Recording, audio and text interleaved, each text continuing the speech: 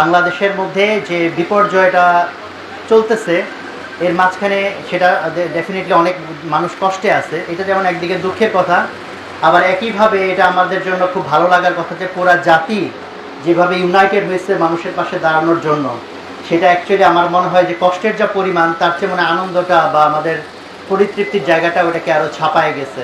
আলহামদুলিল্লাহ, আল্লাহ তাআলার শুকরিয়া। বিশেষ করে বাংলাদেশে রিসেন্ট যে পট পরিবর্তন হয়েছে, এই সময় আমাদের একতাবদ্ধ হওয়াটা এটা খুব জরুরি বিষয়। এবং আল্লাহ তাআলা এটাও একটা উসিলা, যে কোনো ওই যে কষ্টের সাথে স্বস্তি আছে যেরকম বলে, যে কোনো বিপর্যয়ের ভিতরে অপরচুনিটি থাকে, সেদিক থেকে চিন্তা করলে যে আল্লাহ তাআলা এটাও একটা উসিলা বানায় দিচ্ছেন। কারণ মানুষ ডিস্ট্রাকশনের সময়, মানে কোনো কিছু ধ্বংস করার সময় একতাবদ্ধ সহজে হইতে পারে। ধরেন যে একটা বিল্ডিং ভাঙতে হবে, আর মনে করেন একটা বিল্ডিং বানাইতে হবে, 10 জন লোক মিলা বসছে কনস্ট্রাকশন, যে বিল্ডিং বানাবে। এখন বলেন দেখি একতাবদ্ধ হওয়া সহজ নাকি মারামারি লাগাটা সহজ? মারামারি লাগা, ভাই আমার দক্ষিণ দিকের ফ্ল্যাট আমারে দিবেন, উত্তর দিকেরটা আমারে দিবেন, একতলা আমার, আরেকজন বলে দোতলা আমার, ঝগড়া লাগবে। কিন্তু 10 জনে মিলে ঠিক করছে এই বিল্ডিংটা ভাঙতে হবে, খোলা শুরু হবে। যে সবাই কোটা আন্দোলন করছে, কোটা একটা নির্দিষ্ট বা এই করতে হবে সেই করতে একতাবদ্ধ হয়েছে। বাট যখন রাষ্ট্র গঠনের বিষয় আসছে, তখনই স্বার্থের বিষয়, যে ভাই উনি কি পাবে, আমি কি পাবো, ওনারটা বেশি বড় হলো না আমারটা কম হইলো, এই লাভ ক্ষতির হিসেবে মানুষ তখন ডিভাইডেড হয়ে যায়। কাজে আমাদেরও এই যে এখন যেহেতু রাষ্ট্র গঠন বা পুনর্গঠনের ইস্যু চলে আসছে, আমাদের ডিভাইডেড হয়ে যাওয়াটা খুবই ন্যাচারাল, স্বাভাবিক। তো আল্লাহ তাআলা এই বিপর্যয় দেওয়ার মাধ্যমে একদিক থেকে এটা আমাদের জন্য ব্লেসিংও, যে এই জাতি আরও কিছু সময়ের জন্য একতাবদ্ধ হওয়ার সুযোগ পাচ্ছে। এবং একতাবদ্ধ হওয়ার এই সুযোগটা টানা বেশ কিছুদিন কন্টিনিউ করলে মানুষের একটা অভ্যাসের মতো হয়ে যায় না? তো এই জন্য আল্লাহ তাআলা চাইতেছে আমাদের অভ্যাস হোক একতাবদ্ধ হওয়ার। তো সেদিক থেকে এটা একটা পজিটিভ সাইন, আলহামদুলিল্লাহ। এবং আরেকটা যেটা খুব পজিটিভ সাইন, যে মানুষের পাশে মানুষ দাঁড়াচ্ছে, সবাই দাঁড়াচ্ছে। তার মধ্যে বাংলাদেশে আমরা জানি যে এই যে সংখ্যালঘু বলা হয়, প্রকৃত সংখ্যালঘু কিন্তু আমরা যারা দাড়ি টুপিওয়ালা তারা। তো এটা নিয়ে আসলে কোনো সন্দেহের কিছু নাই যে আয়না ঘর থেকে কয়জন অন্য সংখ্যালঘু বের হয়েছে আর কয়জন আমরা সংখ্যালঘু বের হয়েছে। প্রত্যেক জায়গাতে, মিডিয়াতে বলি, বিভিন্ন রকম কিছুতে আমাদের এটা নিয়ে একটা ভালো স্টাডি এবং একটা ডকুমেন্টেশন দরকার, যে কতভাবে এই দাড়ি টুপিওয়ালারা যে সব প্রকৃত সংখ্যালঘু, এটার একটা রিসার্চ হওয়া দরকার। তো সেই জায়গা থেকে আমাদের ধরেন এখন একটা ব্রিদিং স্পেস অ্যাটলিস্ট তৈরি হয়েছে, একটু হলেও আগের তুলনায় একটু নিঃশ্বাস নেওয়ার জায়গা তৈরি হয়েছে।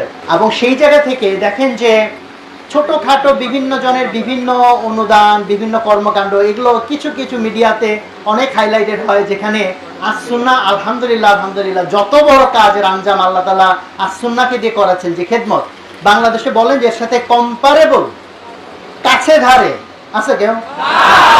তারপরে দেখা যাবে যে বিভিন্ন মিডিয়া, কাউকে একটা মিডিয়া তাকে যখন আস-সুন্নাহ বলছি নামটাই মনে শুনে না, এরকম অবস্থা। তো যাই হোক, আলহামদুলিল্লাহ। তো সেই জায়গা থেকে আমরা এইটাকে আমাদের জাতির জন্য একইভাবে আমরা একটা মাইল ফলক হিসেবে দেখতে চাই, যে শুধু আস-সুন্নাহ না, মানে ইসলামিক অঙ্গনের মানুষজন যে কোনো ক্রাইসিসে যে সবচেয়ে অগ্রণী ভূমিকায় থাকে, কিন্তু সেটার মূল্যায়ন তো আল্লাহ তাআলা করবেন, কিন্তু জাতির ভিতরে মূল্যায়নের জন্য না, ইসলামের স্প্রেডিং এর জন্য, ইসলামের সৌন্দর্যটাকে ছড়ানোর জন্য দাওয়াত মনে করে যে মিডিয়া কাভারেজ বা যে মানুষের মধ্যে ছড়ানোটা দরকার, সেই জায়গাটাতে আমার মনে হয় আমাদের একটা নতুন মাইল ফলক তৈরি হতে যাচ্ছে ইনশাআল্লাহ। এবং সেই মাইল ফলকে আমরা সবাই এখানে, আপনারা যারা কাজ করতেছেন, যারা অনুদান পাঠাইছেন, যারা ইভেন অ্যাটলিস্ট দোয়া করতেছেন, তারা সবাইকে আল্লাহ তাআলা জাযা খায়ের দান করেন। আর আমরা যারা কাজ করতেছি সেক্ষেত্রে দেখেন, খেয়াল করেন বিষয়টা, মানুষ যখন তার উদ্দেশ্যটাকে বড় করে, তখন তার কাজ করার অনুপ্রেরণাটাও বেড়ে যায়। এই আপনারাই যদি না জানতেন যে এই প্যাকেট কিসের জন্য করা হবে, এটার পারপাস কি, জাস্ট আপনাকে বলা হলো ভাই কয়েকটা প্যাকেট করবেন, ইভেন আপনার কিছু টাকাও দেওয়া হবে, ধরেন 100 টাকা, 200 টাকা, 500 টাকা দেওয়া হবে, যেরকম রেটে একটা লোক ভাড়া করা হয়, আপনারা কি যাইতেন? বাট এখন আপনারা কি টাকা পাচ্ছেন? উল্টা কি নিজের পকেটে টাকা খরচ করে আসছেন না? যাতায়াত ভাড়া কি দেওয়া হয়েছে? দেওয়া হয় নাই। বাট এই কাজ করে, এবং দেখেন ইভেন আপনাদের যদি টাকা দেওয়া হয়, যে শ্রমিক টাকা পেয়ে ধরেন একটা কাজ করে, মার্সেনারি, ভাড়াটিয়া, দিন শেষে সে এক্সস্টেড থাকে, দিন শেষে মনে হয় যে ভাই কি একটা লাইফ, এত কষ্ট করে 2 টাকা কামাইতে হয়। বাট এইখানে সারাদিন আপনি কাজ করতেছেন, নিজের পকেটে টাকা খরচ করতেছেন, এবং দিন শেষে যখন যাচ্ছেন মনটা খারাপ লাগতেছে না পরিতৃপ্তি লাগতেছে? পরিতৃপ্তি লাগতেছে। যে আলহামদুলিল্লাহ। তো আল্লাহ তাআলা দুনিয়ার ভিতরে আমাদের একটা অ্যাওয়ার্ড দিবেন, বাট মুমিনের অ্যাওয়ার্ড তো দুনিয়াটা আসল না, মুমিনের অ্যাওয়ার্ড কোনটা আসল? আখিরাতেরটা আসল। কাজে আমি যখন একটা প্যাকেট বানাচ্ছি আমি যেন চিন্তা করি জান্নাতের মধ্যে আমি একটা ঘর বানাচ্ছি, তাই না? নিয়তের জন্য এখানে আমরা তাবলিগে গেলে আমরা নিয়মিত এটা বলি যে কাজের শুরুতে একবার নিয়তকে ঠিক করব, মাঝখানে একবার নিয়তকে ঠিক করব, লাস্টে একবার নিয়তকে ঠিক করব।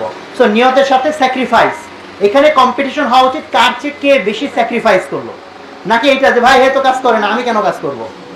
আমরা তো ভাড়াটি হিসেবে আসি নাই, আমি আল্লাহ তাআলা খুশির জন্য আসছি। তাহলে আমার কম্পিটিশন হবে যে আল্লাহ তাআলা তাকওয়ার বিষয়ে কম্পিটিশন করতে বলছেন, ফলে আমার কম্পিটিশন হবে যে আরেক ভাই যদি যতটুকু শ্রম দিয়ে থাকে, যতটুকু কষ্ট মুজাহিদা করে থাকে, আমি তার চেয়ে ইনশাআল্লাহ বেশি করব। ঠিক আছে না ভাই? এই জন্য আমরা নিয়তটাকে সহি করব, বারবার নিয়তটাকে নিজেকে শুধরায় নিব, এবং আমি আমার স্যাক্রিফাইসের জায়গা থেকে ফার্স্ট হওয়ার চেষ্টা করব, যাতে আল্লাহকে ভীতির জায়গা থেকে আমি যেন টপ ক্লাস A+ লেভেলে থাকতে পারি।